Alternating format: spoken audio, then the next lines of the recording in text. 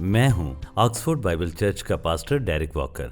हम प्रस्तिश, शुक्रगुजारी और इबादत पर पैगामात की सीरीज पेश कर रहे हैं और इस वक्त हम तमजीद पर गौर कर रहे हैं कि कैसे तमजीद हमारे लिए फ़ायदेमंद होती है। और गुज़श्ता पैगाम में हमने 6 फ़ायदे देखे और हम इस पर अपनी गुफ्तगू जारी रखेंगे। तमजीद के ज़रिए 6 तरीके जिनके वसीले खुदा हमारी ज़िंदगी में काम करता है। नंबर 1, हमने देखा कि प्रस्तिश हमें खुदा की हजूरी में लाती है और उसकी हजूरी हमारे दिल में लाती है। नंबर 2, प्रस्तिश के वसीले खुदा हमें मुकम्मल फतह में लाता है। नंबर 3, प्रस्तिश हमारी ज़िंदगियों में खुदा के जलाल को जाहिर करती है। नंबर 4, प्रस्तिश हमें उदासी और दबाव की रूह से रिहाई देती है। नंबर 5, प्रस्तिश खूबसूरत है और हमें और हमारे किरदार को खूबसूरत बनाती है। और नंबर 6, प्रस्तिश हमारे दिलों में जीने की ताकत को जाहिर करती है और हमें खुदा की मर्जी पूरी करने के काबिल बनाती है। खुदावंद की शादमानी हमारी पनाहगाह है। आगे बढ़ने से पहले मैं एक मिसाल देना चाहता हूँ 7वें नंबर से पहले, और प्रस्तिश की ये मिसाल हमारे दिलों में ताकत के इजहार के लिए इंतहाई अहम है, ख़ुसूसन मुश्किल हालात में। आप गौर करें कि क्या कहा जाता है कि जब आप मखसूस आजमाइशों में पड़ते हैं तो आप खुशी करें। ये अहम है कि आप अपने रद्द अमल का इजहार करें। आप आजमाइशें पसंद नहीं करते और जब ये आप पर आती हैं तो आपका रद्द अमल इंतहाई अहम होता है कि उसके जवाब में आप प्रस्तिश करें और शुक्रगुजारी करें कि खुदा काम करता है और इसे तब्दील करता है। और हमारे लिए ऐसा करना इंतहाई अहम है, और इसकी एक वजह यह है कि खुदा की प्रस्तिश करने से खुदा की खुशी हमारी कुव्वत बनती है। ये हमारे दिलों में ताकत लाती है कि हम दबाव में सही काम कर सकें। अगर हम महज अमूमी रद्द अमल का इजहार करते हैं तो हालात ख़राब होते हैं। तो खुदा और रूह में रद्द अमल बुनियादी कुंजी है कि खुदा की प्रस्तिश करें, क्योंकि जो कुछ होता है वो आपकी मंजिल का तयन नहीं करता, बल्कि इसके तनाजुर में आपका रद्द अमल इसका तयन करता है। यह आपकी ज़िम्मेदारी है कि आप इन हालात का जवाब कैसे देते हैं। बहुत सी चीज़ें जो आपके साथ होती हैं वो आपके इख्तियार में नहीं होती, मगर आपके रद्द अमल पर आपका इख्तियार होता है। बुनियादी तौर पर खुदा में खुश होना, शुक्रगुजारी करना और प्रस्तिश है। तो फिर देखें, सही काम करने के लिए आपके दिल में आप मजबूती पाएंगे। जो दाऊद के साथ हुआ वो इसकी बेहतरीन मिसाल है। आपके साथ जो भी हो इससे बुरा नहीं होता। और दाऊद ने खौफनाक मुश्किलात का सामना किया। पहला शमूएल 30वां बाब देखें। और ऐसा हुआ कि जब दाऊद और उसके लोग तीसरे दिन सिकलाज में पहुंचे तो देखा कि अमालेकियों ने जनूबी हिस्से और सिकलाज को मारा और आग से फूंक दिया, और औरतों को और जितने छोटे बड़े वहां थे सबको असीर कर लिया।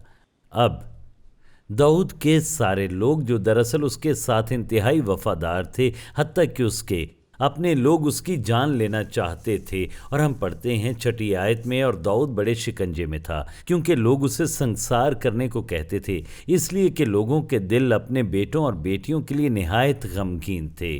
पर दाऊद ने खुदावंद अपने खुदा में अपने आप को मजबूत किया। अब गौर करें, उसने खुदावंद अपने खुदा में अपने आप को मजबूत किया। अगर वो बदन के पीछे चलता, अपने फितरी एहसासात की पैरवी करता, तो वो दूसरों की तरह काम करता और सब कुछ खो जाता। मगर उसने अपने आप को खुदा में मजबूत किया। उसने ये कैसे किया? खुदा के वादों पर गौर करने से, खुदावंद की शुक्रगुजारी और प्रस्तिश करने से, खुदा के वादों का दावा करने से। खुदावंद तू मेरे साथ है, तूने मेरे साथ अहद किया है, तू मेरी मदद करेगा। और जब उसने खुदा की प्रस्तिश की, उसने अपने दिल में मजबूती पाई कि वो उसका जवाब दे सके, बजाय इसके कि वो इस सब के जवाब में मफलूज हो जाता। तो खुदा की ताकत उसके दिल में आई, जिससे उससे उम्मीद मिली कि खुदा उसके हालात से बड़ा और अजीम है। तो जब उसने प्रस्तिश की, खुदा की बड़ाई की, उसने दोबारा उम्मीद पाई और ये उसे वापस लड़ाई में लाई। फिर लिखा है, और दाऊद ने खुदावंद से पूछा कि अगर मैं उस फौज का पीछा करूं तो क्या मैं उनको जालूंगा? उसने उससे कहा कि पीछा कर, क्योंकि तू यकीनन उनको जालेगा और ज़रूर सबको छुड़ा लाएगा। तो दाऊद ने अमालेकियों का पीछा किया। खुदा ने इलाही तौर पर उनकी रहनुमाई की। उन्होंने उन पर हमला किया और उन्हें शिकस्त दी और उनसे अपनी बीवियों समेत सारा माल असबाब वापस लाए। और वो इसके अलावा और भी माल असबाब मलिकियों से ले आए तो असल से भी वो ज़्यादा वापस लेकर आए। इसी तरह जब आपको ज़िंदगी के मुख्तलिफ वाक़यात दबा लेते हैं तो कुंजी ये है कि ख़ुद को दाऊद की तरह खुदावंद में मजबूत करें। जब आप ख़ुद को खुदावंद में मजबूत करते हैं तो खुदावंद की शादमानी आपकी पनाहगाह होती है। आप प्रस्तिश शुरू करते हैं, उसके वादों के लिए उसका शुक्र अदा करते हैं कि वो आपसे मोहब्बत करता है और आपकी ज़िंदगी में काम करता है। तो खुदा वापस आप में उम्मीद लाता है और आप उठने के काबिल होते हैं और सब कुछ बहाल करते हैं। हालेलुया। अब ये प्रस्तिश के 6 फ़ायदे हैं। प्रस्तिश हमारे दिलों में ज़िंदगी के लिए रूहानी ताकत को ज़ाहिर करती है। और अब देखें, हम प्रस्तिश के 7वें फ़ायदे पर गौर करते हैं। प्रस्तिश के तर्ज़े ज़िंदगी से हम खुदा को ढूंढते हैं और मुसलसल अपने दिलों को खुदा की ताबेदारी में लाते हैं और खुदा के साथ यगानगत में। ये प्रस्तिश के अजीम वादों में से एक है। फिर से हम ये देख चुके हैं ज़बूर नंबर 22। लेकिन तू कदूस है, तू जो इसराइल की हम्दो सना पर तख्त नशीन है। तो हमारी प्रस्तिश खुदा के लिए तख्त तामीर करती है कि वो आए और तख्त नशीन हो और हुकूमत करे। उसने उसकी हजूरी को दावत दी। जब हम खुदा की प्रस्तिश करते हैं तो वो आता है और हमारे दिलों पर तख्त नशीन होता है, यानी हमारा दिल उसकी ताबेदारी में आता है और उसके साथ यगानगत में आता है। और ये सबूत है कि खुदा के इत्मीनान से हमारा दिल भर जाता है। खुदा का इत्मीनान बताता है कि आप उसकी यगानगत में हैं। हम चाहते हैं खुदा का इत्मीनान हमारे दिल को भरे और उस पर कब्जा करे। दाऊद बादशाह इसकी एक अजीम मिसाल है, क्योंकि खुदा ने उसे अपने दिल के मुआफिक शख्स कहा। अब सुने, ये इंतहाई दिलचस्प हवाला है, अमाल 13:22। फिर उसे माजूल करके दाऊद को उनका बादशाह बनाया, जिसकी बाबत उसने ये गवाही दी कि मुझे एक शख्स यस्सी का बेटा दाऊद मेरे दिल के मुआफिक मिल गया। तो वो खुदा की मर्जी पूरी करने में फर्माबरदार था, जो इस हकीकत का इजहार है कि वो खुदा के दिल के मुआफिक शख्स था। उसका और खुदा का दिल आपस में हम आहंग थे। और इसकी बुनियादी वजह साउल के लिए खुदा के ये अल्फाज हैं। हम देखते हैं पहला सैमुअल 13वें बाब में कुछ इस तरह से मरकूम है। सैमुअल ने साउल से कहा, तूने बेवकूफ़ी की, तूने खुदावंद अपने खुदा के हुक्म को जो उसने तुझे दिया नहीं माना, वरना खुदावंद तेरी सल्तनत बनी इसराइल में हमेशा तक कायम रखता। लेकिन अब तेरी सल्तनत कायम ना रहेगी, क्योंकि खुदावंद ने एक शख्स को जो उसके दिल के मुताबिक है तलाश कर लिया है और खुदावंद ने उसे अपनी कौम का पेशवा ठहराया है। तो रहनुमाई के लिए खुदा का तकाजा ये है कि वो शख्स उसके दिल के मुआफिक हो। और अगर आप चाहते हैं कि खुदा का इख्तियार आपकी ज़िंदगी में काम करे तो देखें, आपको खुदा के दिल के मुआफिक शख्स बनना होगा। जिसमें साउल नाकाम हुआ, मगर दाऊद ऐसा दिल रखता था। ऐसा नहीं कि दाऊद कामिल था, मगर उसका दिल खुदा के दिल के मुआफिक था। साउल ने अपनी सल्तनत खो दी, फिर भी अगर आप गौर करें तो उसमें बहुत सी अच्छी खसूसियात मौजूद थीं जो उससे अच्छा बादशाह बना सकती थीं। मगर उसके साथ एक मसला था कि वो खुदा के दिल के मुआफिक शख्स नहीं था और उसका इजहार उसकी बगावत में हुआ जब उसने खुदा के हुक्म की तामील ना की। दाऊद को चुना गया क्योंकि वो खुदा के दिल के मुआफिक शख्स था। अब इसका मतलब क्या है? इसके 2 पहलू हैं। पहली बात, दाऊद खुदा के दिल के मुआफिक शख्स था क्योंकि वो खुदा के दिल का मुतलाशी था। वो खुदा को जानना चाहता था और उसने प्रस्तिश के ज़रिए खुदा को ढूंढा। वो खुदा को शख्सी तौर पर जानना चाहता था, तो वो खुदा के दिल का मुतलाशी था। और ज़बूर की किताब से हम ये देखते हैं कि कैसे प्रस्तिश उसका तर्ज हयात था, जो कि बाइबल की तवील तरीन किताब है। सारे ज़बूर उसने नहीं लिखे, मगर वो सब लोग प्रस्तिश का दिल रखते थे। तो दाऊद ने बहुत से ज़बूर तब लिखे जब वो साउल से बचने के दबाव में था। तो उसने अच्छे और बुरे दोनों वक्तों में दिल को प्रस्तिश में परवान चढ़ाया। तो देखें, इन हालात में मुसलसल खुदा की तरफ मुड़ने के नतीजे में प्रस्तिश के जरिए खुदा को ढूंढने से उसका दिल खुदा की देखें ताबेदारी में आया, और ये इसका दूसरा पहलू है। जब हम ऐसा दिल रखते हैं जो खुदा को ढूंढता है तो इसके नतीजे में हमारा दिल खुदा की ताबेदारी में आता है, और फिर हम खुदा की फरमाबरदारी करते हैं। तो वो चूंकि खुदा के दिल के मुआफिक शख्स था तो उसने खुदा की मर्जी को पूरा किया। अब देखें, जो कि ताबेदारी का एक फल है। तो ये खुदा के दिल के मुआफिक शख्स होने का दूसरा पहलू है। आप देखें, अमाल 13वें बाब में मरकूम है कि दाऊद खुदा के दिल के मुआफिक शख्स था, और इसके बाद जो लफ्ज़ आता है वो है कैटा। इब्रानी में कैटा का मतलब है किसी के इख्तियार में होना। तो ये हमें ये बताता है कि वो खुदा के दिल के इख्तियार में था, खुदा के दिल की ताबेदारी में था, यानी उसका दिल खुदा से हम आहंग था, खुदा के दिल के ताबे था। प्रस्तिश के जरिए वो अपने दिल को खुदा के दिल की ताबेदारी में लाया, खुदा के साथ उससे हम आहंग किया। ज़बूर नंबर 119 इसकी एक बेहतरीन मिसाल है। तो प्रस्तिश के जरिए खुदा को ढूंढने से दाऊद का दिल खुदा के दिल के साथ हम आहंग हुआ और उसे खुदा के दिल के मुआफिक शख्स बनाया। तो जो सलाहियत और मजबूती उसने प्रस्तिश के तर्ज़े हयात से अपने दिल में परवान चढ़ाई, इसने उसे खुदा के लोगों का अजीम रहनुमा बनने के काबिल बनाया। तो देखें, हमारे लिए जो हम खुदा के लोग हैं इसी तरह से है जिन लोगों पर खुदा भरोसा कर सकता है, और हमें प्रस्तिश के जरिए अपने दिलों को खुदा की हजूरी में लाते रहना है।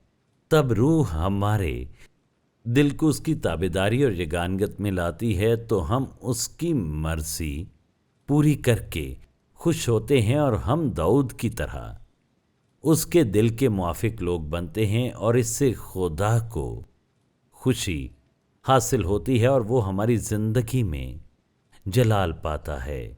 हालेलुया। ये पॉइंट नंबर 7 है। पॉइंट नंबर 8 ये है कि प्रस्तिश, शुक्रगुजारी और इबादत हमारी इखलाकी इक़दार और किरदार की बुनियाद बनती है। बाज़ औक़ात हम सोचते हैं कि किसी की इखलाकी परवरिश अच्छी होती है। दरअसल अगर वो खुदा को नहीं जानते तो देखें, उनकी ये इखलाकियात ख़राब से ख़राब होती जाएगी, क्योंकि हमारी इखलाकियत की बुनियाद दरअसल हमारी ज़िंदगियों में खुदा की हजूरी है। खुदा की हजूरी के बग़ैर सारी इखलाकियात ख़त्म हो जाती है। किसी शख्स की इखलाकियात, उसकी इक़दार, उसकी काबिलियत गहरी तरीन चीज़ें नहीं हैं। इनकी बुनियाद इनसे कहीं गहरी चीज़ पर है, उसकी इखलाकियात, उसकी रास्तबाजी है। इसे दूसरी तरह हम कह सकते हैं कि उसकी रास्तबाजी, उसकी इखलाकियात है। वो मुख्तलिफ हालात में लोगों से किस तरह रास्त तरीके से निमटते हैं, और रास्तबाजी और इखलाकियात दुनिया में हमारे अमाल का तयन करती है। मगर इससे भी गहरी चीज़ पाकीज़गी है, और पाकीज़गी उसकी ज़िंदगी में खुदा की हजूरी है कि खुदा कितना उसमें मौजूद है। इसका तयन खुदा के लिए उसकी ताबेदारी से होता है, खुदा के साथ उसके राब्ते से। जितना ज़्यादा वो खुदा की ताबेदारी में मजबूत है, उतना ही ज़्यादा वो पाक होगा, और आपकी पाकीज़गी आपकी रास्तबाजी की बुनियाद है, और किसी शख्स की पाकीज़गी ही उसकी रास्तबाजी का तयन करती है। शायद उसने अच्छी इखलाकियात और इक़दार के साथ परवरिश पाई हो, मगर खुदा के साथ ज़िंदा राबते के बग़ैर जब उसकी ज़िंदगी आगे बढ़ती है तो उसकी इखलाकियात महज एक खौल की तरह होती है, और वो दुनियावी रूह के दबाव में ज़्यादा से ज़्यादा समझौते करता रहता है और कमज़ोर से कमज़ोर होता जाता है, क्योंकि इसमें वो कायम नहीं रह पाता। वक्त के साथ उसका खालीपन और कमज़ोरी ज़ाहिर होते हैं। किसी शख्स की हकीकी ताकत और देखें अज़मत, जैसे कि जिस्मानी तौर पर जिसे कहा जाता है कि ये उसकी बदनी ताकत है, और किसी शख्स की हकीकी ताकत को मैं 3 दायरों में वाज़े करना चाहता हूँ। देखिए, इंसान ज़ाहिर को देखता है, मगर खुदा दिल को देखता है।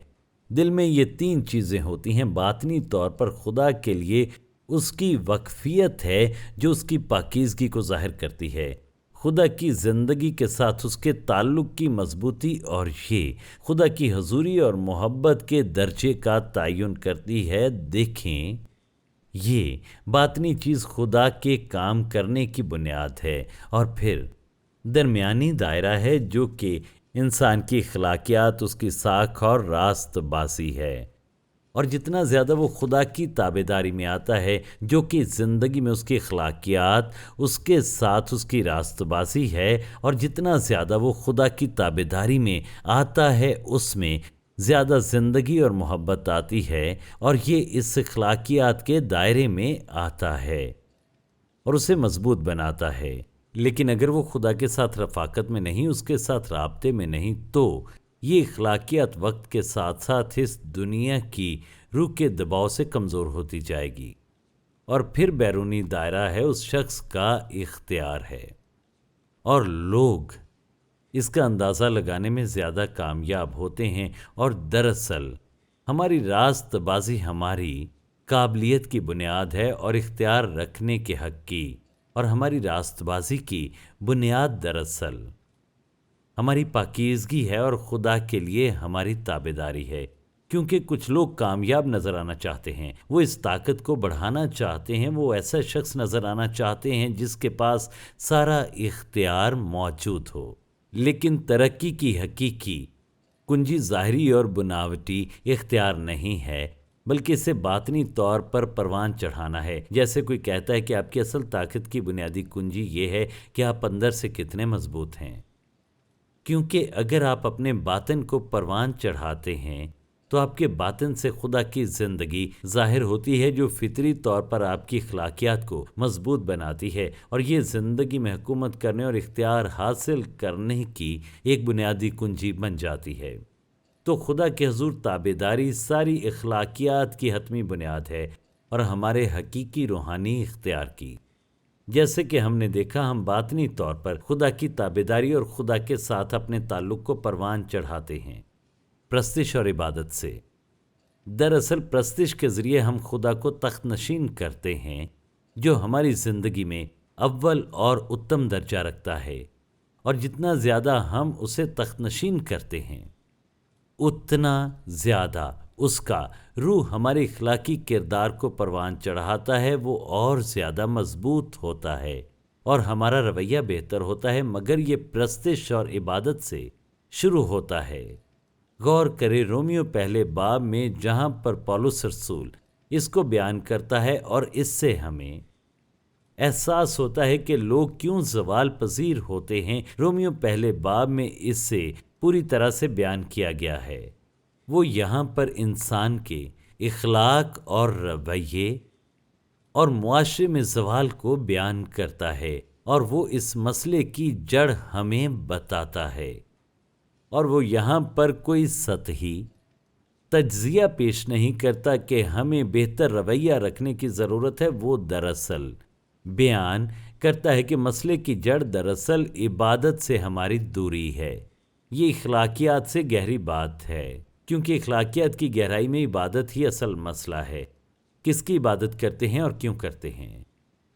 اور وہ بیان کرتا ہے کہ جب لوگ خدا کی پرستش کرنا چھوڑ دیتے ہیں اور جواب دہی کے احساس سے عاری ہو جاتے ہیں کہ خدا عظیم ہے، اور خدا کے ساتھ تعلق کو کھو دیتے ہیں، تو اپنی اخلاقیات کو کھو دیتے ہیں، اور اپنی راست بازی کھو دیتے ہیں، اپنا اخلاقی سمت نما کھو دیتے ہیں، اور آخر گناہ آلود خواہشات کے غلام بن جاتے ہیں۔ تو دیکھیں، خدا کی پرستش اور عبادت اخلاقیات کی بنیاد ہے۔ جب ہم خدا کی پرستش کرنا اور اسے تعظیم دینا چھوڑتے ہیں، پھر زوال پذیری وجود میں آتی ہے۔ رومیو پہلے باب سے پڑھتے ہیں، کیونکہ اس کی اندیکھی صفتیں یعنی اس کی ازلی قدرت اور الوہیت دنیا کی پیدائش کے وقت سے بنائی ہوئی چیزوں کے ذریعے سے معلوم ہو کر صاف نظر آتی ہے، یہاں تک کہ ان کو کچھ عذر باقی نہیں، اگرچہ انہوں نے خدا کو جان تو لیا مگر اس کی خدائی کے لائق اس کی تمجید نہ کی۔ مسئلہ یہیں سے شروع ہوتا ہے کہ انہوں نے اس کی تمجید نہ کی، بلکہ باطل خیالات میں پڑ گئے، اور ان کے بے سمجھ دلوں پر اندھیرا چھا گیا، یعنی خالی پن چھا گیا، اس میں کچھ روشنی باقی نہ رہی۔ اور لکھا ہے ان کے بے سمجھ دلوں پر اندھیرا چھا گیا، ان کی زندگی میں اب تاریکی آ گئی۔ جب آپ خدا کی پرستش کرتے ہیں اور خدا کی عبادت کرتے ہیں، روشنی اور زندگی اور خدا کی حضوری آپ کے دل میں آتی ہے اور آپ کو راست زندگی گزارنے کی طاقت ملتی ہے۔ مگر جب آپ خدا کی تمجید کرنا بند کر دیتے ہیں تو آپ کا دل خالی اور تاریک ہو جاتا ہے۔ وہ اپنے آپ کو دانا جتا کر بے وقوف بن گئے اور غیر فانی خدا کے جلال کو فانی انسان اور پرندوں اور چوپایوں اور کیڑے مکوڑوں کی صورت بدل ڈالا۔ یعنی وہ کہتا ہے کہ خدا کی تمجید کرنے کی بجائے بتوں اور مورتیوں کی پوجا کرنی شروع کر دی۔ خالق کی بجائے وہ مخلوق کے پیچھے بھاگنے لگے۔ لکھا ہے اور غیر فانی خدا کے جلال کو فانی انسان اور پرندوں اور چوپایوں اور کیڑے مکوڑوں کی صورت میں بدل ڈالا۔ اس واسطے خدا نے ان کے دلوں کی خواہشوں کے مطابق انہیں ناپاکی میں چھوڑ دیا کہ ان کے بدن آپس میں بے حرمت کیے جائیں۔ غور کریں، اس کا آغاز روحانی طور پر ہوتا ہے۔ ابتدا میں انہوں نے تمجید کرنی چھوڑ دی اور خدا کی تعظیم کرنی چھوڑ دی۔ مسئلہ حتمی طور پر روحانی طور پر شروع ہوتا ہے۔ انہوں نے خدا کا شکر گزار ہونا اور اس کو تسلیم کرنا چھوڑ دیا۔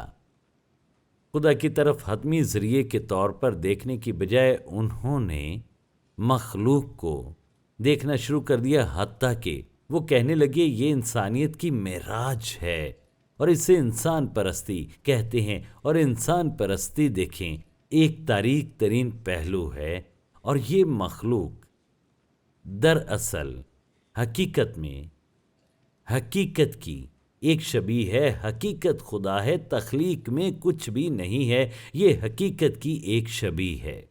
تو ان کی عبادت کرنے سے ہم انہیں خدا کا متبادل بناتے ہیں جب ہم تخلیق کردہ چیزوں کی پرستش کرتے ہیں، اور یہ بت پرستی ہے، یہ تمام گناہوں کی جڑ ہے۔ زندہ خدا کے دل سے الگ ہو جانا اور دوسری چیزوں میں حقیقت ڈھونڈنا، یہاں اس کا آغاز ہوتا ہے۔ پھر پولس کہتا ہے کہ اس کے نتیجے میں تاریکی اور خالی پن ان کی زندگی، ان کے دل اور ذہن میں آتا ہے۔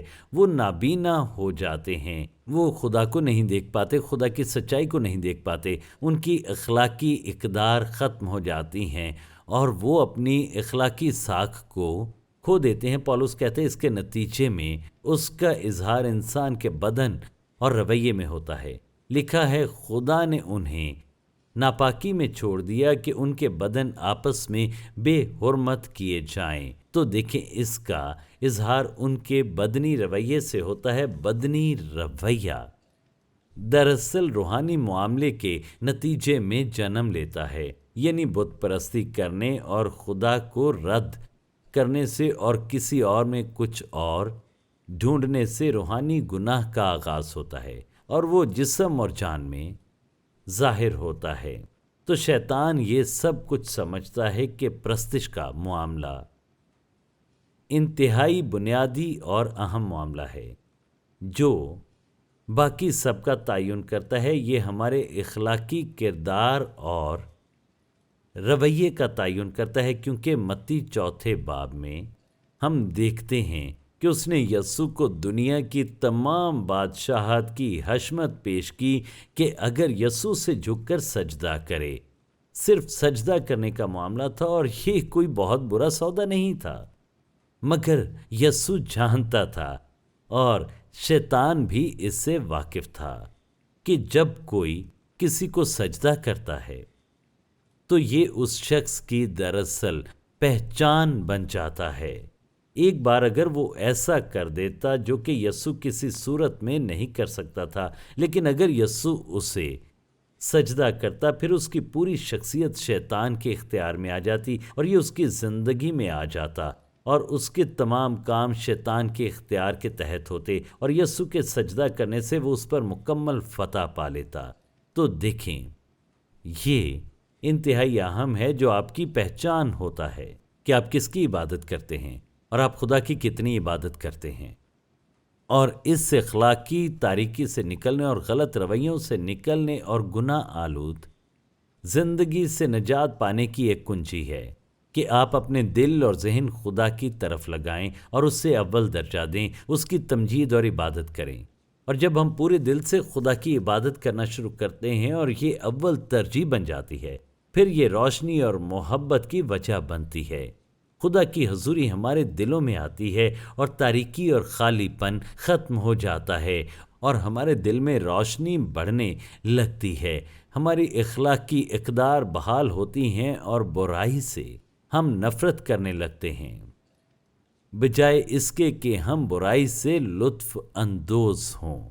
ہمارے محرکات پوری طرح سے تبدیل ہو جاتے ہیں، ہماری روشنی ظاہر ہونا شروع ہوتی ہے اور ہم میں اس کی حضوری ہمیں قوت دیتی ہے کہ ایسی زندگی گزاریں جس میں محبت کی حکمرانی ہو، مگر اس کا آغاز تمجید اور عبادت سے ہوتا ہے۔ جب ہم غلط سمت میں جاتے ہیں تو خدا کی پرستش نہیں کرتے۔ اگر ہم چیزوں کو صحیح رکھنا چاہتے ہیں تو خدا کی عبادت کرنا شروع کریں، اور جب روح ہم میں آئے گا تو یہ ہماری اخلاقیات کو بحال کرے گا، پھر یہ ہمارے رویے اور طرز زندگی کو تبدیل کرے گا۔ اس لیے پرستش اور عبادت ہمارے لیے انتہائی اہم ہے کہ ہم اپنی اخلاقی قوت کو بحال کریں اور تعمیر کریں اور اسے بڑھائیں۔ یہ اہم ہے۔